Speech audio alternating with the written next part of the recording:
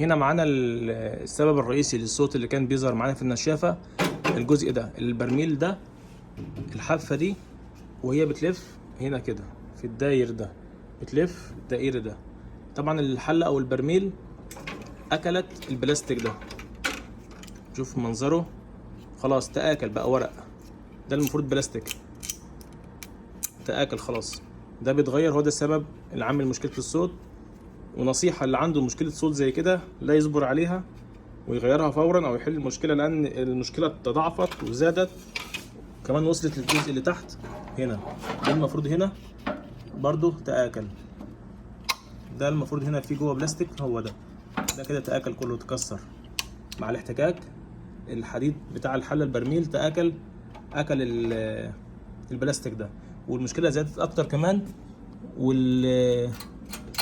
وده الشاسيه نفسه بقى الحديد، حتى الحديد كمان تآكل. هنا بقى الحديد حاد جدا، ممكن يقطع الملابس كمان. بل بالفعل العميل بيقول ان الغسيل عنده بيتقطع بسبب الغسيل بيقف هنا كده بين البرميل وبين الشاسيه ده لحد ما تآكل هنا. وهنا كمان في تآكل، يعني الشاسيه كله كامل اتدمر بسبب البرميل مش في مكانه. ده المفروض معدن، ده حديد، ده صاج تآكل هو كمان. هنا التآكل، هنا اختها سليمة، هنا سليمة، هنا التآكل. وكمان في احتكاك اثناء الدوران هنا، بس دي كويسة يعني مفيش منها مشكلة. اهم شيء من جوه مفيش فيها مشكلة. وهنا كمان في تآكل. طبعا الدوران كله كامل هنا برضو فيه.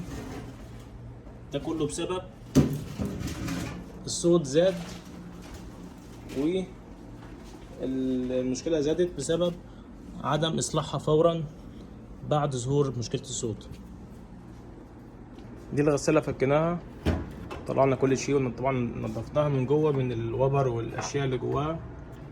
طبعا كان كلها متسخة، كلها وبر. شلنا البرميل، شلنا كل شيء، نظفناها. ودي الأجزاء اللي احنا وريتها لكم من شوية، الأجزاء الخربانة البايظة اللي بتتغير بإذن الله.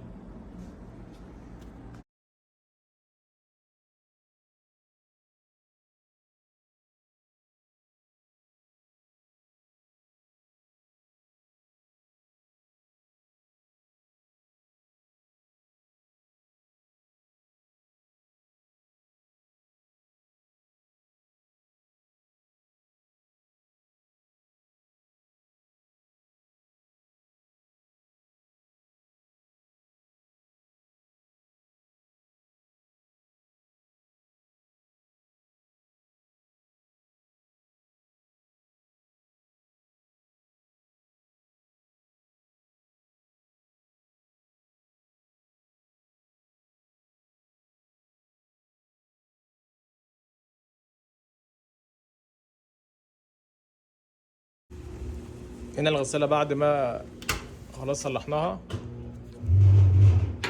هنشغل. ما شاء الله مفيش اي صوت. كان الصوت طبعا فظيع، والحاله الداخليه والبرميل ما كانش ثابت في مكانه. كده بسم الله ما شاء الله خلاص مفيش اي صوت، النشافه شغاله بسلاسه تمام.